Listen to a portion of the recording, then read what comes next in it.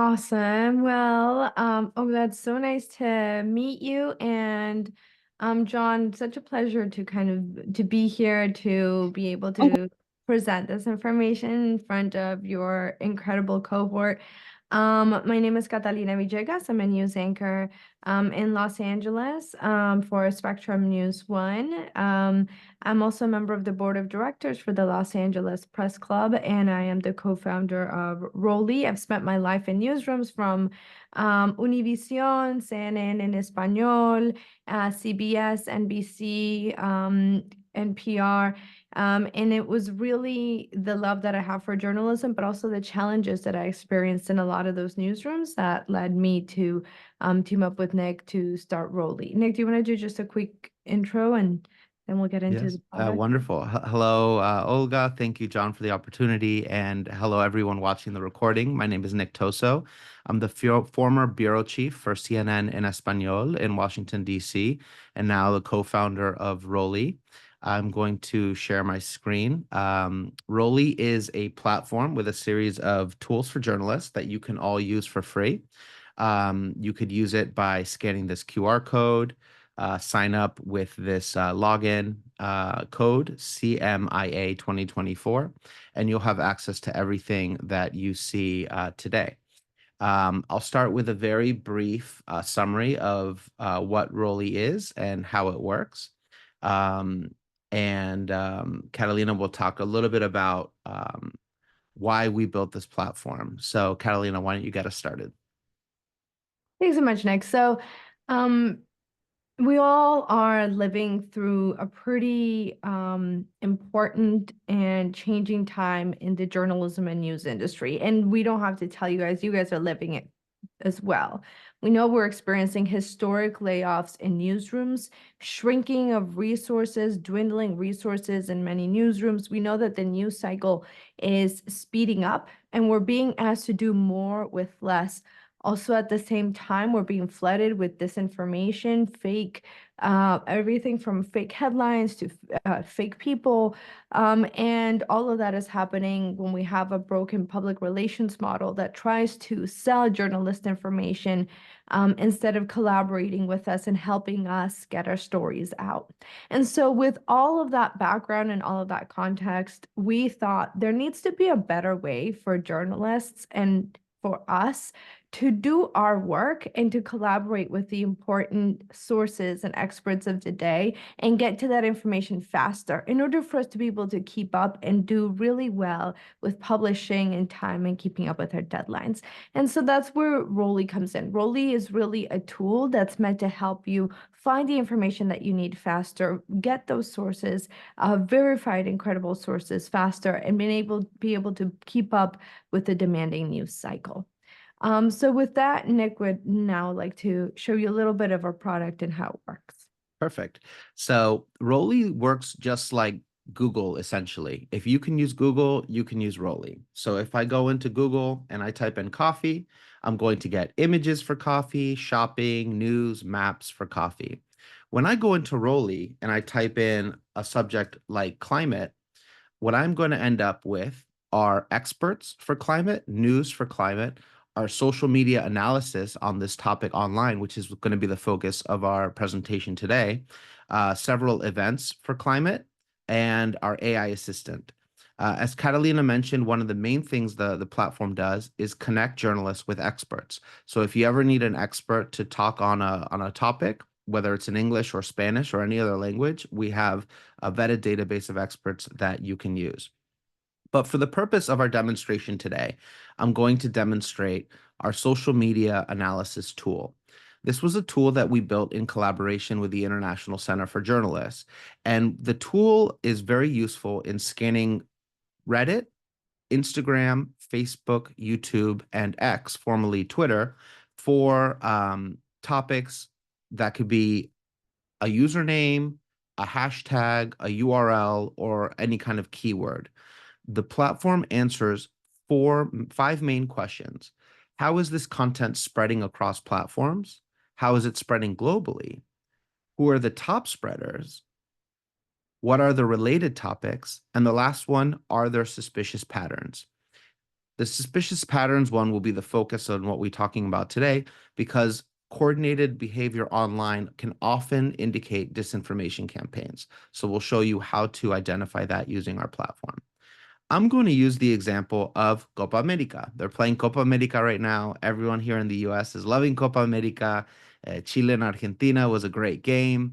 Everyone was watching that. So we can use the example of Copa America here. You can put the keyword into the search box and set your start date or end date, and then you could start exploring. What the platform has just done is scan the top posts on X, Reddit, Instagram, Facebook, and YouTube, and our artificial intelligence has found a key event. This is a commonality within all the posts. And it's telling you that there's a discussion surrounding the Ballon d'Or award and the importance of Messi winning the Copa America. This is based on the user's comments. So this is very useful if you want to get context around a topic online. If you see something that's trending and you're not sure why, instead of reading 500 posts, our AI will summarize this for you. Now, you can even go a step further, and you could say, I want to see Copa America and Messi. You want to see the people speaking specifically about Messi and the Copa America. Once again, the AI is reading all the posts and saying that the key event is that Messi holds the record for the most official recorded assists in football history, with 373 assists across all competitions for the club and the country. You could see how the topic of Messi and Copa America has been spreading all across the world by using this slider here. And the platform will tell you if the poster is an individual, an organization, a media organization, or a bot. This is very useful, especially for Twitter, where we see a lot of bot-like activities. You can also see who the top spreaders are, meaning the most engaged spreaders of this piece of content. You can search through the top 100 posts for all the platforms, and you could see for Twitter, for example, what country the tweet is coming from.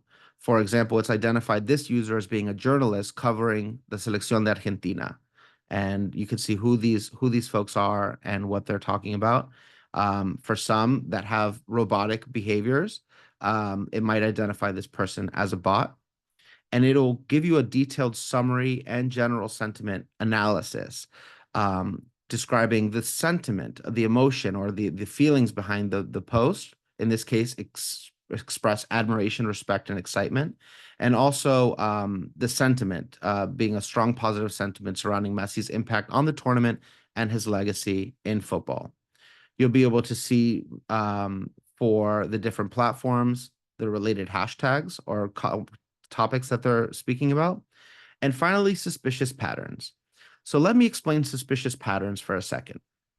The way I like to describe suspicious patterns for the first time is if anyone watching this has a child at home and your child ever comes home from school and says, I want to go to my friend's house.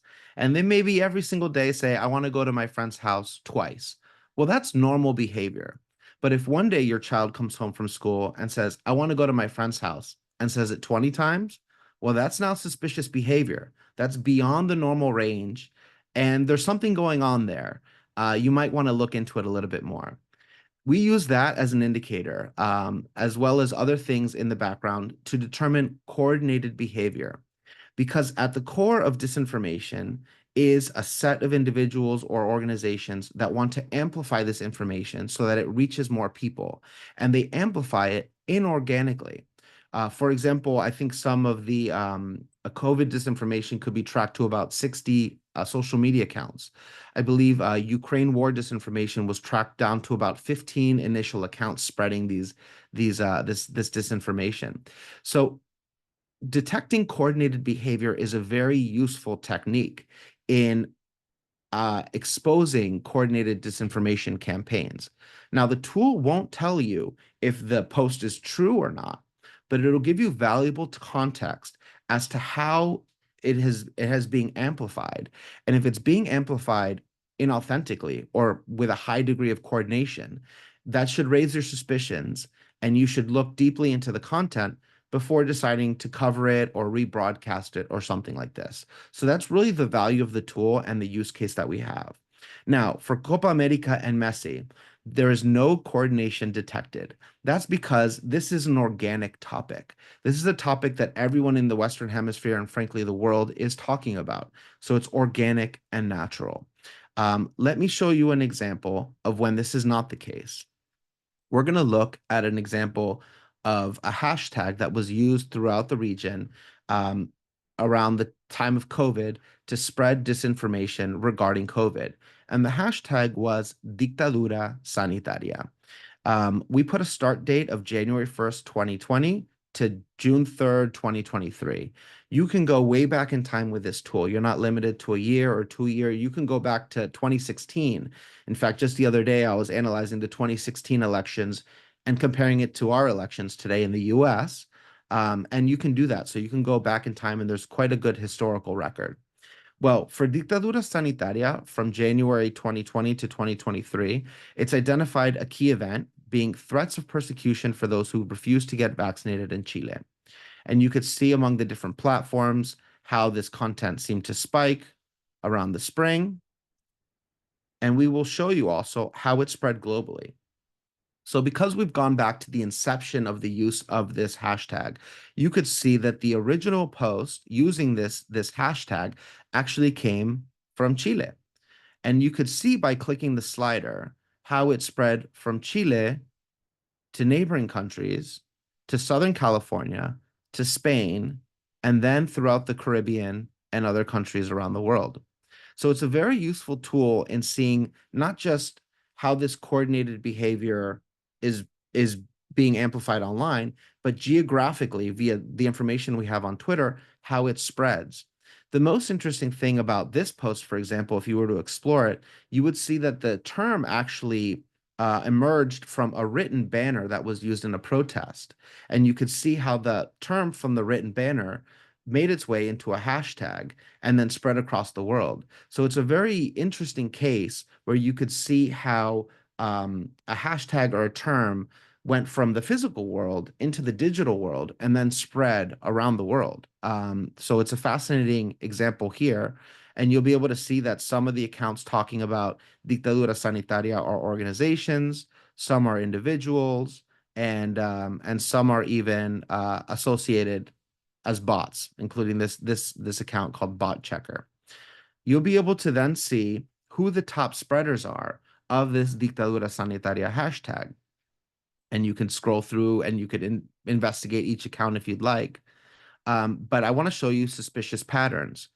For Dictadura Sanitaria, it is now showing you a medium coordination score, which is the middle of our 3-point coordination score, saying that there is coordination here. It's raising a high flag on Facebook and Instagram. So what it's telling you here is that the average Facebook and Instagram user talking about Dictadura Sanitaria is a very concentrated group. The top 10% of the users are really the ones amplifying this content. So now it becomes suspicious. This is no longer an organically spread piece of content. It's not like people talking about Copa America and Messi. This is a little bit more targeted. By clicking on the accounts, you will actually be able to see the accounts that are engaging in this conversation. Without knowing for certain and without making any accusations on this webinar, but one can assume that perhaps this is a false headline, or perhaps some of the information that is being conveyed here is is inaccurate or misleading, right? So you'll be able to investigate the different users across Instagram, Facebook. We will also tell you if there's a high percentage of Twitter accounts that are relatively new, because that's another indicator that something is inauthentic. If there's just a bunch of brand new accounts spreading the information, that is also suspicious behavior. And again, what we're showing you is suspicious behavior. The system is not telling you if it's true or false, but it's alerting journalists into saying, hey, you might want to look into this a little bit deeper. So that is the core of the presentation and the tool that we're using today. There are a few resources that we'll share with you via email and in the chat of of this Zoom meeting, but the tool is being used right now to monitor elections and has been used to monitor elections in Mexico, here in the U.S. And there's some case studies we're going to be sharing with you again. And again, I'm going to put the code up so you may all check it out. Um, and of course, feel free to reach out to us at any time if you have questions or would like some training for your newsroom. We're happy to do that as well. But with this code, you'll have full access to the Rolli suite of tools, which will allow you to use the social media analysis tool that I just showed you to find vetted experts to interview in any language, to scan the news or to find events related to any topic that you might be covering. Um, with that, I thank you all. See if you have any questions, but I will stop the recording here. Thanks, Nick. And just so you know, Ana Maria and Hugla, I put the links as well in the chat. The first link, el